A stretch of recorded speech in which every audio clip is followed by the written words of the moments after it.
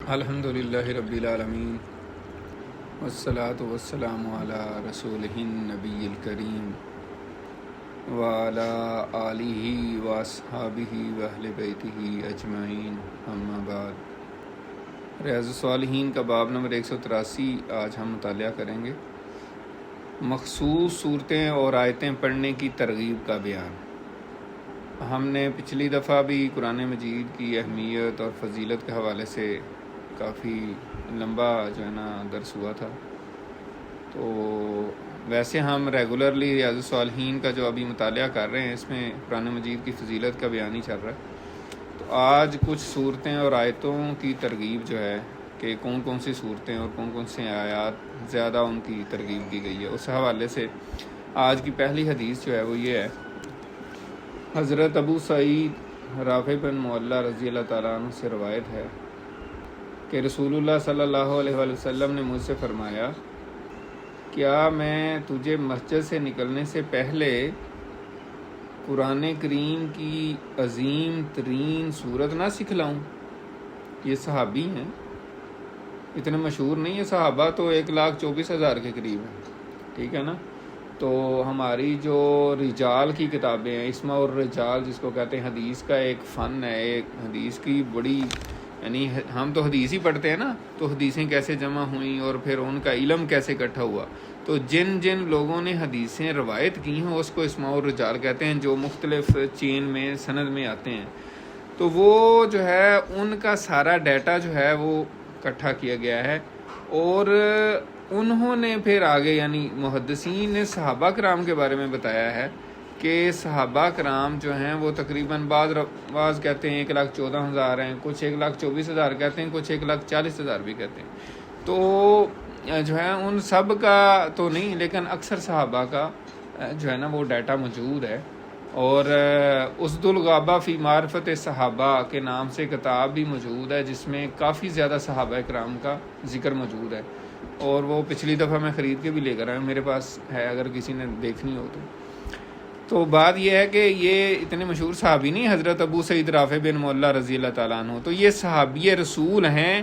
وہ کہہ رہے ہیں کہ میں حضور پاک صلی اللہ علیہ وسلم کے ساتھ مسجد میں تھا، تو آپ نے مجھ سے فرمایا، کیا میں تجھے مسجد سے نکلنے سے پہلے قرآن کریم کی عظیم ترین صورت نہ سکھلا دوں؟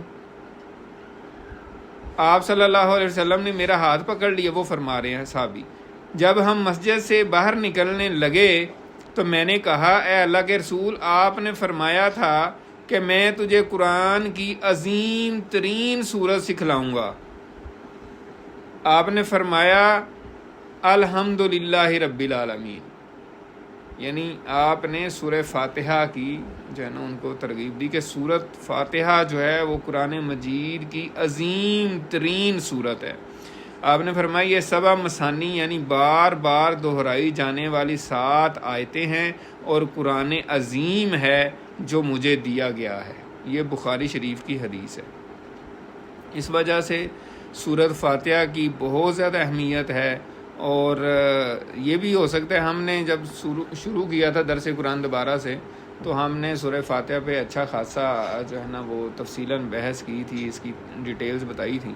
لیکن یہ ہے کہ اگر آپ اس کے فضائل اور اس کی جو ہے برکات اگر آپ زیادہ ڈیٹیل میں دیکھنا چاہیں تو کسی تفسیر میں آپ دیکھ سکتے ہیں۔ تو ایک تو یہ ہے کہ بار بار پڑھی جاتی ہے، ہر نماز میں پڑھی جاتی ہے، ہر رکعت میں پڑھی جاتی ہے، بعض روایات میں آتا ہے، یعنی احادیث میں آتا ہے کہ اس کے بغیر نماز ہی نہیں ہوتی اگر نہ پڑھی جائے۔ تو اس کے ساتھ ساتھ جو ہے یہ سورت جو ہے شفا بھی ہے، اس کا نام ایک شفا بھی ہے، ام القرآن بھی ہے، یعنی پورے قرآن مجید کا خلاصہ اس میں موجود ہے، ٹھیک ہے۔ اور پھر اس میں شفا بھی ہے، اس میں بھی حضرت ابو سعید خدری رضی اللہ تعالیٰ عنہ کی بڑی مشہور روایت ہے جو ہم نے پہلے بھی ذکر کی تھی، بخاری شریف میں ہے کہ جو ہے نا وہ کہیں جا رہے تھے، تو وہاں پہ جو ہے نا ان کے قبیلے کے جو لوگ تھے جہاں سے گزر رہے تھے، تو انہوں نے ان کی مہمان نوازی نہیں کی، تو پھر ان کے سردار کو بچھو نے یا سانپ نے کاٹ لیا تھا، تو پھر انہوں نے دم کیا تھا سورہ فاتحہ سے، تو وہ ٹھیک ہو گیا تھا، اور انہوں نے 30 بکریاں تھیں۔ مختصراً میں آپ کو بتا رہا ہوں۔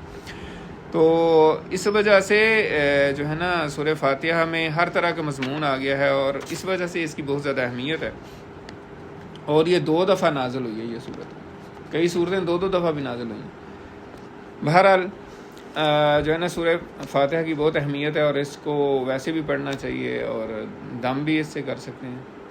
اگلی حدیث جو ہے وہ ہے حضرت ابو سعید خدری رضی اللہ تعالیٰ عنہ سے روایت ہے، رسول اللہ صلی اللہ علیہ وآلہ وسلم نے فرمایا، قل هو اللہ احد کے بارے میں فرمایا، قسم ہے اس ذات کی جس کے ہاتھ میں میری جان ہے، بے شک یہ سورہ اخلاص تہائی قرآن کے برابر ہے، یعنی 1/3 قرآن کے برابر یہ سورت ہے اکیلی۔ ٹھیک ہے، آگے اس کی وضاحت آئے گی۔ اسی طرح اگلی حدیث میں بھی حضرت ابو سعید خدری رضی اللہ تعالیٰ عنہ ہی سے روایت ہے کہ ایک شخص نے کسی دوسرے شخص کو قل هو اللہ احد بار بار دہراتے ہوئے سنا۔ جب صبح ہوئی تو وہ رسول اللہ صلی اللہ علیہ وسلم کے پاس آیا اور آپ سے اس شخص کا ذکر کیا۔ وہ اس عمل کو کمتر یعنی معمولی سمجھتا تھا کہ یہ کیا قل هو اللہ ہی پڑھ رہا ہے بار بار، یعنی اس نے آگے حضور پاک سے کہا۔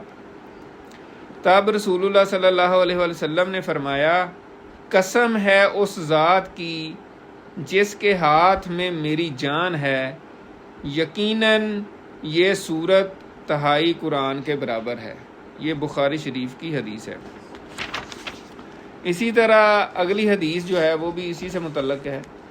حضرت ابو ہریرہ رضی اللہ تعالیٰ عنہ سے روایت ہے کہ رسول اللہ صلی اللہ علیہ وآلہ وسلم نے قل هو اللہ احد کے بارے میں فرمایا، یہ تہائی یعنی 1/3 قرآن کے برابر ہے۔ یہ مسلم شریف کی حدیث ہے۔ اور اس حوالے سے آج کی آخری حدیث جو ہے وہ ہے حضرت انس رضی اللہ تعالیٰ عنہ سے روایت ہے کہ ایک آدمی نے کہا، اے اللہ کے رسول، میں اس سورت یعنی قل هو اللہ احد کو پسند کرتا ہوں۔ آپ صلی اللہ علیہ وسلم نے فرمایا، اس کی محبت تجھے جنت میں لے جائے گی۔ سبحان اللہ۔ اسے امام ترمذی نے روایت کیا ہے اور امام بخاری نے اسے صحیح بخاری میں معلق ذکر کیا ہے، یعنی بغیر سند کے بھی امام بخاری اپنی بخاری میں حدیث بیان کرتے ہیں، اس کو معلق حدیث کہتے ہیں۔ تو جو سورہ اخلاص ہے اس کی بہت زیادہ اہمیت ہے، اللہ تعالیٰ کو یہ بہت پسند ہے۔ یہاں پہ یہی اس سے متعلق احادیث ہیں، لیکن اس کے علاوہ جو احادیث کی کتابوں میں سورہ اخلاص کے بارے میں آتا ہے کہ ایک صحابی تھے تو وہ ہر نماز میں ہی جو ہے نا کوئی بھی سورت جب پڑھتے تھے سورہ فاتحہ کے بعد آخر میں سورت اخلاص پڑھتے تھے، تو اس پہ بھی کسی صحابی نے حضور پاک صلی اللہ علیہ وسلم سے کہا کہ یہ اس طرح کرتے ہیں، جب بھی نماز پڑھاتے ہیں، جماعت کرواتے تھے شاید تو اس میں بھی کوئی اس طرح کرتے تھے۔ تو انہوں نے جا کے ایک طرح سے شکایت کی، تو نبی پاک صلی اللہ علیہ وسلم نے کہا کہ ٹھیک ہے، ان کو بلاتے ہیں، ان سے پوچھتے ہیں کہ وہ ایسا کیوں کرتے ہیں۔ تو انہوں نے کہا کہ میں تو اس سورت سے محبت کرتا ہوں، تو اس وجہ سے تو آپ صلی اللہ علیہ وسلم نے فرمایا کہ اگر آپ اس سورت سے محبت کرتے ہیں تو اللہ تعالیٰ بھی پھر آپ سے محبت کرتا ہے۔ تو اس طرح کی اور روایات بھی بہرحال سورہ اخلاص کے بارے میں ہیں۔ تو اس کی جو اہمیت ہے وہ جو مفسرین نے بیان کی ہے، اس کی وجہ یہ ہے 1/3 قرآن کے برابر کہنے کی جو حکمت ہے، جو مفسرین جو علماء محدثین ہیں انہوں نے جو بیان کی ہے، وہ یہ بیان کرتے ہیں کہ کیونکہ قرآن مجید میں جو بیسک مضامین ہیں وہ 3 ہیں، وہ ہے توحید، رسالت اور آخرت۔ ٹھیک ہے، یا کئی اور مفسرین جو ہیں اس کو تھوڑے اور طریقے سے بھی بیان کرتے ہیں، یعنی وہ کہتے ہیں توحید اور شریعت کے احکامات اور اخلاقیات، یہ 3 قسمیں ہیں۔ بہرحال جو بھی آپ کہہ لیں، تو 1/3 جو ہے یعنی سورہ اخلاص جو ہے اس میں توحید کا خلاصہ بیان کر دیا گیا، توحید کا نچوڑ بیان کر دیا گیا، ایسنس اس کی ارق جو ہے نا اس کی جو روح ہے نکال کے وہ اس میں بیان کر دی گئی ہے۔ تو اس وجہ سے جو قرآن مجید کے ٹوٹل مضامین ہیں وہ 3 ہیں، تو اس میں پھر ایک اس میں بیان کر دیا گیا، تو پھر یہ 1/3 یعنی تیسرا حصہ ہو گیا، تو اس وجہ سے اس کو کہا گیا کہ 1/3 قرآن کے برابر ہے۔ لیکن اس کا یہ مطلب نہیں ہے کہ آپ 3 دفعہ پڑھیں اور کہیں بس میں نے قرآن پڑھ لیا باقی قرآن میں نے نہیں پڑھنا۔ اس کا مطلب یہ ہے کہ قرآن مجید کے تہائی یعنی ایک قرآن مجید جتنا پڑھنے کا جتنا ثواب ہوتا ہے، تو اس کو پڑھنے سے 1/3 قرآن مجید پڑھنے کا جو ثواب ہوتا ہے وہ آپ کو ثواب مل جائے گا۔ لیکن قرآن مجید آپ نے پورا پڑھنا ہے، وہ سمجھنا ہے۔ اللہ تعالیٰ نے وہ اپنی کتاب اس لیے نہیں نازل کی کہ آپ 1-2 سورت لے لیں اور اس کو پڑھتے رہیں اور کہیں کہ میں نے تو اتنا ثواب اکٹھا کر لیا۔ تو یہ اس کا مطلب نہیں ہے، تو اس پہ غور کرنا ہے۔ تو اللہ تعالیٰ سے دعا ہے کہ اللہ تعالیٰ ہمیں صورتوں کی جو ہم نے پڑھی ہیں فضیلت اس پہ عمل کرنے کی توفیق عطا فرمائے۔